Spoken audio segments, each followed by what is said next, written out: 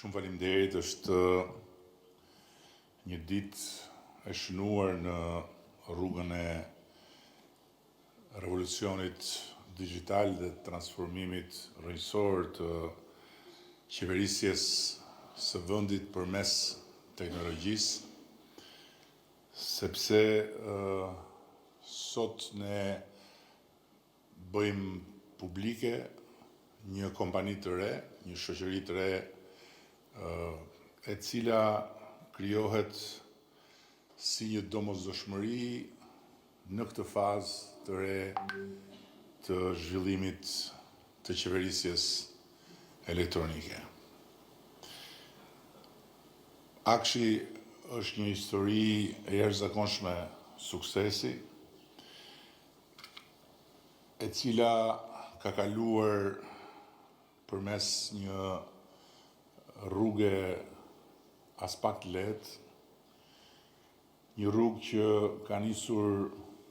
me një grusht shërbimesh dhe që pastaj ka kulmuar në 1200 e kusur shërbime publike online, një rrugë që ka nisur me një grusht njerëzish që përdorin platformën dhe pastaj ka kulmuar me mbi 3 milion përdorues si rezultat edhe i momentit dramatik të pandemisë, kur faktikisht platforma i Albania u bë shpëtimtare për shëndetin e shqiptarëve, të cilët përmes saj mundën njëkohësisht që të zbatojnë edhe masat e domosdoshme kufizuese. Një rrugë ku sigurisht nevoja për financim ka ardhur duke u rritur, pasi sistemet e ndërtuara kërkojnë financim qoftë për të ndërtuar, qoftë edhe për të mirëmbajtur, dhe një rrugë ku qartësisht lindi nevoja për të ndarë udhëheqjen e qeverisjes elektronike, për caktimin e standardeve, orientimin e arkitekturës digjitale, koordinimin e forcave të përfshira dhe kontrollin e cilësisë dhe përputhshmërisë me gjithë nivelin operacional. Për ta ndarë jo më mes sektorit publik dhe sektorit privat, po në radhë parë brenda sektorit publik. Për ta ndarë duke krijuar kështu një kompani të re, Albanian Digital Solutions, që do të zhvilloj sisteme pa pasur gjithmonë nevojë që shteti t'i drejtohet privatit, po përkundrazi, me ambicien që shteti të krijojë kompaninë më të suksesshme publike të zhvillimit të sistemeve dhe të mirëmbajtjes së tyre. Kompaninë më të suksesshme në treg, një kompani e cila të ketë kapacitetin të kthehet në një hapësirë për të gjithë talentet, një kompani e cila të ketë pagat më të larta në tregun e shërbimeve digjitale, një kompani e cila të ketë kapacitetin që talenteve jo vetëm brenda vendit, por edhe jashtë vendit, të ofrojë mundësinë që të bëhen pjesë e saj, duke kombinuar qoftë punën në zyrë, qoftë punën në distancë në funksion të qëllimeve, një kompani që të jetë garanci për institucionet e vendit, të cilat nuk mund të mbeten asnjëherë peng i privatëve në mirëmbajtjen e sistemeve të tyre, një kompani që të garantoj të gjithë vazhdimsinë teknike, por edhe të ofroj përgjegjësinë më të lartë institucionale dhe qytetare në raport me publikun, duke garantuar njëkohësisht matshmërinë e shërbimit. Kjo është ambicia. Kjo është ambicia e cila ka edhe një faturë shumë domethënëse, shumë kuptim plot, e shkruar mbas të një projeksioni të pikërisht shifrave që ndryshojnë me ndryshimin e qasjes së qeverisë dhe të qeverisë elektronike ndaj marzëve të shërbimit. Që do të thotë, në rast se sot ne shpenzojmë një shumë X për vetëm mirëmbajtjen e sistemeve, një shumë e konsiderueshme e cila i shkon kompanive private, brenda një harku 3 vjeçar, ne do t'i kursejmë shtetit dhe do t'i kursejmë vetë qeverisjes elektronike një shumë të barabartë me shumën që sot shkon për mirëmbajtjen, e cila faktikisht do mund të kthehet në një kapacitet të ri investimesh nga ana e akshit përmes Albanian Digital Solutions. Është kaq e thjeshtë. Është e shkruar e zeza mbi të bardhë me një aritmetik të thjeshtë, se s'është as matematikë. Dhe në ndërkohë, qeveria duke marrë këtë rrugë, do të kthej sytë e kompanive nga sektori privat. Pasi ADS-ja patjetër që do të bëhet një superfuqi në treg, por do të jetë një superfuqi e përqendruar tek shërbimet publike. Nuk do të jetë një kompani në të paktën në fazën e parë që do të synojë të hyjë edhe në sektorin privat, i cili sot është në kontrast dramatik me sektorin publik në këtë fushë, ku Shqipëria sa që shkëlqen në të gjitha klasifikimet ndërkombëtare për shërbimet publike digjitale dhe për qeverisjen elektronike, aq edhe nxin kur vjen puna tek sa sipërmarrja dhe sektori privat janë të familiarizuar dhe të integruar në botën e re të teknologjisë digjitale. Kështu që kompanitë private do duhet të riimagjinojnë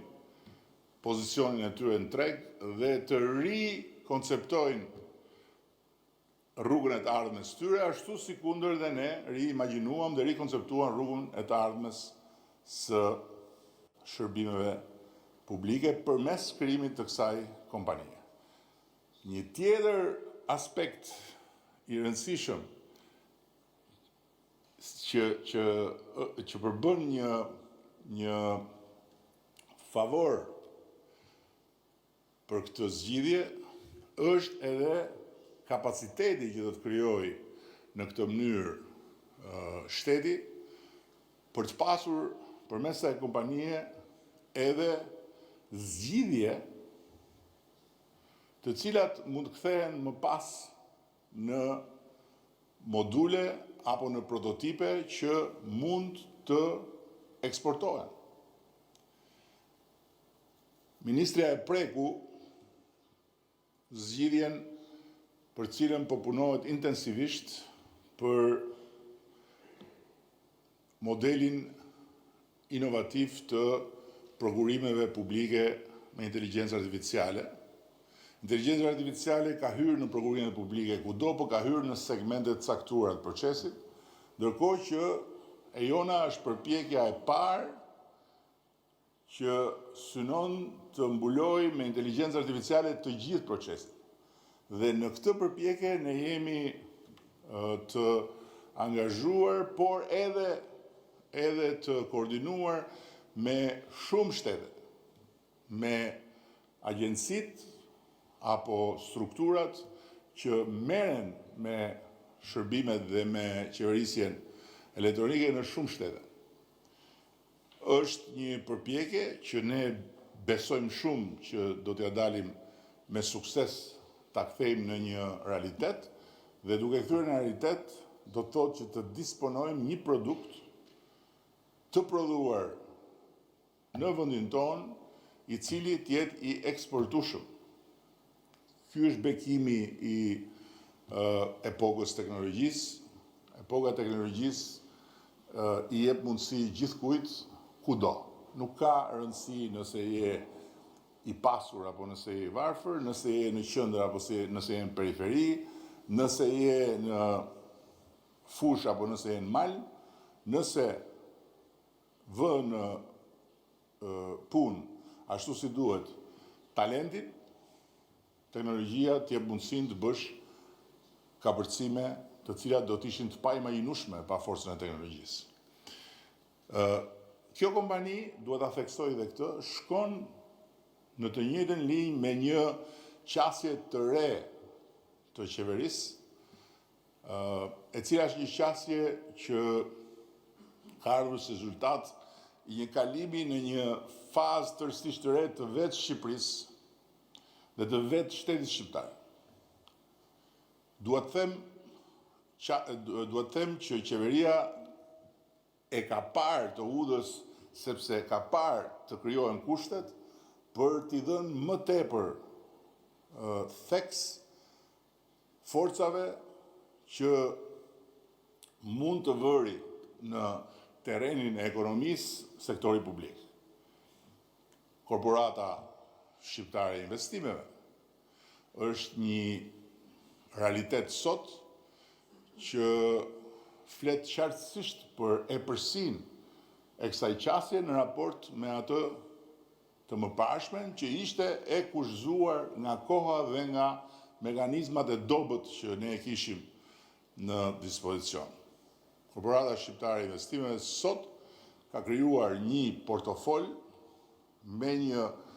një kapacitet mbi gjysmë miliard euro që do të shkojnë në interes të shtetit shqiptar, duke mos bërë asgjë tjetër përveç se pronat publike, duke i vënë në shërbim të zhvillimit për interesat edhe të shtetit. Jo më kudo dhe kurdo dhënie të pronës publike për hiç asgjë në emër të zhvillimit, diçka që është bërë në të shkuarën dhe është bërë me drejtë sepse s'ka pas mundësira tjera, se më vjen tani natyrshëm të them edhe për këtë zhurmën e madhe që është ngritur mbi një lajm të rrem, sa thuhet që me demek shteti po fal Zvërneci, shteti nuk po fal asgjë, sepse shteti aty nuk ka asgjë. Ajo është një pronë private. Një pronë private den babaden. Dhe investitorët e përfshirë në atë proces janë investitorë tejet serioz, të cilët atë pronë e kanë marrë nga privatët, që t'jemi shumë qartë. Ndërkohë që shteti ka pasuri në anën tjetër të projektit, që është ishulli i Sazanit, ku ende sot nuk ka mbaruar negociata pasi korporata shqiptare e investimeve është pjesë e projektit. Dhe shteti shqiptar do të jetë aty. Dhe toka e ishullit do të jetë aty e shtetit shqiptar. Kompania tjetër që ne kemi krijuar, që është një kompani publike po ashtu me partneritet privat, është Alp Tracy. Alp Tracy sot ka marrë të gjitha ato që deri dje bëheshin me koncesione të dështuara. Koncesioni i markimit të naftës, koncesioni i pullave fiskale kanë qenë koncesione të dështuara. Sot nuk janë më koncesione, por janë aktivitete të ligjzbatimit, të cilat i bën një kompani publike me përfshirjen e një partneri tjetër shtetëror, Emiratet e Bashkuara, dhe me ekselencën që vjen pastaj nga privati, duke mundësuar që markimi i naftës, gjurmimi të gjithë mallrave të akcizës, identiteti digital, letrat me vlerë, të gjitha këto të jenë pjesë e një holdingu shtetëror. Dhe natyrisht këtu shteti merr edhe të ardhurat. Sot, faktikisht, nuk kemi më në kushtet e koncesionit për pasaportat, edhe për kartat e identitetit. Sot, karta e identitetit kushton më lirë dhe shteti shqiptar, përmes kompanisë përkatëse, Identitek, përfiton para, të cilat deri dje shkonin të gjitha në xhepin e një privati. Kompanitë që po krijojmë në fushën e mbrojtjes janë të gjitha kompani të cilat lindin nga një përcaktim shumë i thjeshtë. Ne nuk duam të huaj që të vinë në Shqipëri të marrin toka, të marrin kapanone, të marrin struktura, edhe të prodhojnë. Ne duam që cili do që vjen në Shqipëri të bashkëprodhoj me ne, të bashkëprodhoj me shtetin shqiptar, me Ministrinë e Mbrojtjes dhe me kompaninë që ne kemi krijuar Kajo, e cila është një kompani tjetër publike, e cila është pjesë e investimeve private që bëhen në fushën e mbrojtjes. Dhe kështu, shteti, Ministria e Mbrojtjes, sektori mbrojtjes, ushtria shqiptare fiton para nga ky aktivitet. Vetëm kompania Timak Defense, e cila ka lindur nga një bashkëpunim me shtetin i një startupi shqiptar të krijuar nga një vajzë që prodhonte në mënyrë artizanale makina, sot ka një portofol porosish për të eksportuar nga Shqipëria, ndodh sot, për të eksportuar nga Shqipëria makina, ambulanca, makina policie, zjarr fikse, makina ushtrie, mbi gjysmë miliardi. Dhe natyrisht që duke qenë pjesë brenda, shteti merr të ardhurat. Kompania tjetër e krijuar, që së shpejti do të fillojë të japi prodhimet e para, është kompania Guna, e cila do të prodhojë të gjitha uniformat e shtetit shqiptar, duke filluar nga të gjitha uniformat e ushtrisë shqiptare. Në Shqipëri prodhohen uniforma për ushtrisë suedeze. Ushtria suedeze i prodhon uniformat e veta në Shqipëri, në një zonë rurale të Shqipërisë, në një manufakturë modeste, ushtria suedeze. Dhe ndërkohë, shteti shqiptar rokanisej lart e poshtë me tendera, uniforma këtu, uniforma aty, kapelja e vogël, kapelja e madhe, këpuca e majtë, këpuca e djathtë, ba me bum në për prokurorira, e ba me bum në për kanale ankimimesh. Se erdhi italiani, erdhi gjermani, erdhi tjetri e tjetri, as italian, as gjerman, as gjë. Gjitha lojra që përfundonin në turpe. Sot Ne kemi këtë kompani të përbashkët, e cila do të prodhojë uniformat për ne, për shtetin shqiptar, për ushtrinë shqiptare, për policinë shqiptare, për zjarfiksat,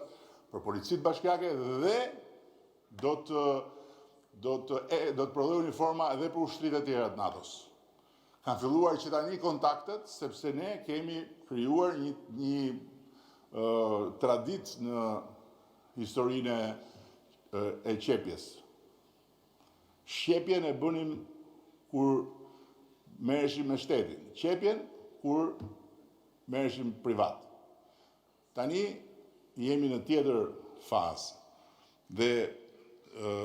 për të mos u zgjatur më tutje, sepse kjo është një temë që mua më pasionon shumë dhe ka shumë gjëra për të thënë, po unë dua të them që faza e parë e qeverisjes sonë ishte kalimi nga epoka e gurit dhe drurit, se ishte dhe gur dhe dru, kur ne morëm detyrën, në epokën digjitale, me krijimin e platformave. Faza e dytë ishte digitalizimi i shërbimeve. Tani jemi në fazën e tretë, që është faza e administratës inteligjente. Dhe faza dhe nuk fola se çfarë komponentësh të inteligjencës artificiale ka në kompanitë që përmenda më lart, nuk fola se çfarë komponentësh teknologjik ka në kompanitë që përmenda më lart, por dua të them që sot ne kemi nisur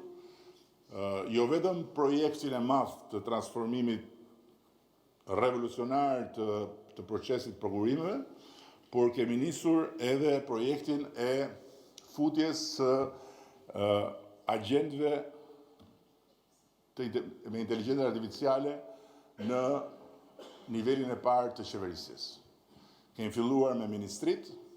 dhe me sektorët e financave dhe të shërbimeve juridike të ministrive, duke angazhuar një strukturë të posaçme për të kaluar në përdorimin e agjentëve të inteligjencës artificiale për t'i dhënë shpejtësi, për t'i dhënë integritet lartë profesional dhe për t'i dhënë edhe një cilësi të padiskutueshme të gjitha akteve që lidhen me financat dhe me shërbimet juridike. Po e përdorim gjërësisht inteligjencën artificiale në përafrimin me legjislacionit tonë, me legjislacionin e Bashkimit Evropian, po e përdorim për t'i dhe më shumë inteligjencën artificiale në tatime, një nga arsyet pse të ardhurat rriten pa rritur taksat, përveç administrimit kësaj, është edhe platforma e inteligjencës artificiale e cila e ndihmon shumë administratën tatimore dhe doganore për të identifikuar ku janë problemet pa pasur nevojë që të lëshohen rrugëve për të sulmuar në dyert e të gjithë bizneseve për të gjetur në gjë. Në mbyllje, dua të them edhe ato që preku pak ministria. E gjithë kjo është çfarë ka të bëjë me qeverisjen elektronike, çfarë ka të bëjë me një shtet i cili funksionon mbi teknologjinë dhe i cili duke funksionuar mbi teknologjinë bëhet një shtet shumë herë më i afërt dhe shumë herë më efikas për qytetarin. Por, nga ana tjetër, që ne të shkëlqejmë në vijimësi, duhet që gjithë ekosistemi i inovacionit të ngrihet në një nivel tjetër. Dhe për hir të vërtetës, leadershipi dhe puna e ministres dhe ministrisë ekonomisë dhe inovacionit po jep rezultate kuptimplota. Kemi një çelje nëse mund ta quaj kështu, të luleve të para të fushës së startupeve, dhe dua t'ju them të gjithë atyre që merren me startupe që për pak javë ne do të disbursojmë një fond tjetër, pasi rritja, do me thënë se këtë vit e numrit të aplikimeve në Startup Albania e ka tejkaluar ndjeshëm fondin e parashikuar në raport me aplikimet me vlerë. Dhe ne nuk duam të lëmë aplikime me vlerë evidente që të presin vitin tjetër për të marrë financimin, prandaj duke u bazuar tek aplikimet, ne do të vendosim të dispozojmë fondin. Dhe fondin për startup